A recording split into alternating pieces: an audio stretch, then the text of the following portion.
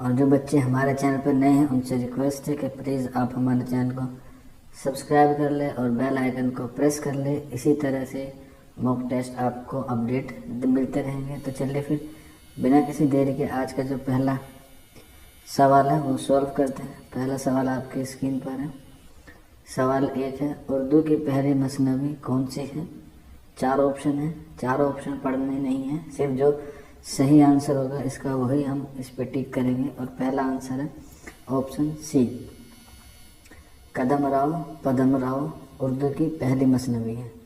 چلیے نیکسٹ بڑھیں گے سوال نمبر 2 کی طرف. محمد قطب شاہ کا درباری شاعر کون تھا؟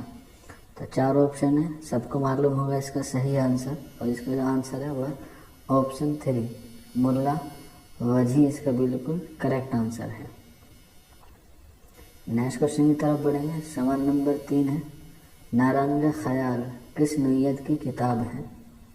تو اس میں 4 آپشن ہیں، تمثیلی، تاریخی، طنزیہ یا مزاحیہ. تو اس کا جو صحیح آنسر ہوگا وہ ہوگا آپشن اے، تمثیلی اس کا بالکل درست جواب ہے. نیکسٹ کوشچن کی طرف بڑھیں گے. سوال نمبر 4 ہے، اردو کا پہلا ناول کون سا ہے؟ تو اس کا آنسر ہوگا آپشن 4 مرۃ العروش اس کا بالکل کریکٹ آنسر ہے. اور اس کے مصنف کا نام نذیر اکبر آبادی ہے، نذیر احمد ہے، ڈپٹی نذیر احمد اس کا بالکل درست جواب ہے کوشچن نمبر 4 کا. نیکسٹ کوشچن کی طرف بڑھیں گے. سوال نمبر 5، تذکرہ گلشن بیغار، تذکرہ گلشن بیخار کس کی تصنیف ہے؟ تو اس کا جو آنسر ہوگا وہ ہوگا آپشن سی، شیفتہ اس کا بالکل درست جواب ہے. نیکسٹ کوشچن کی طرف بڑھیں گے. سوال نمبر 6، ثنو خانہ عشق کس کی غزلوں کا دیوان ہے؟ اس کا جو آنسر ہوگا سوال نمبر 6 کا وہ ہوگا آپشن بی، یعنی کہ میر مینائی اس کا بالکل درست جواب ہے. امیر مینائی کی غزلوں کا دیوان ہے ثنو خانہ عشق. نیکسٹ کوشچن کی طرف بڑھیں گے. سوال نمبر 7، آثار الصنادید کس نوعیت کی کتاب ہے؟ سوال نمبر 7 کا آنسر ہوگا آپشن اے، تاریخی اس کا بالکل درست جواب ہے. سوال نمبر 7 کا آپشن اے کریکٹ ہے. نیکسٹ کوشچن کی طرف بڑھیں گے. سوال نمبر 8، کس کتاب کو اردو تنقید کا بوتھیکا کہا جاتا ہے؟ سب کو اس کا آنسر معلوم ہوگا سوال نمبر 8 کا. تو اس کا جو صحیح آنسر ہوگا سوال نمبر 8 کا وہ ہوگا آپشن 2، یعنی کہ مقدمہ شعر و شاعری. اور یہ کس کی ہے؟ یہ الطاف حسین حالے کی تصنیف ہے. نیکسٹ کوشچن کی طرف بڑھیں گے. سوال نمبر 9، سر شار نے انگریزی ناول ڈان کو ایگزوٹ کا ترجمہ اردو میں کس نام سے کیا؟ تو سوال نمبر 9 کا جو کریکٹ آنسر ہوگا وہ ہوگا آپشن 4 خدائی فوجداری. آپشن 4 اس کا بالکل کریکٹ آنسر ہے سوال نمبر 9 کا. نیکسٹ کوشچن کی طرف بڑھیں گے. سوال نمبر 10، ٹیڑھی لکیر کا کردار کون سا ہے؟ 4 کردار دیے گئے ہیں، اس میں سے صحیح کردار کی نشاندہی کرنی ہے. تو اس کا جو آنسر ہوگا آپشن 2 سمن اس کا بالکل کریکٹ آنسر ہوگا. نیکسٹ کوشچن کی طرف بڑھیں گے.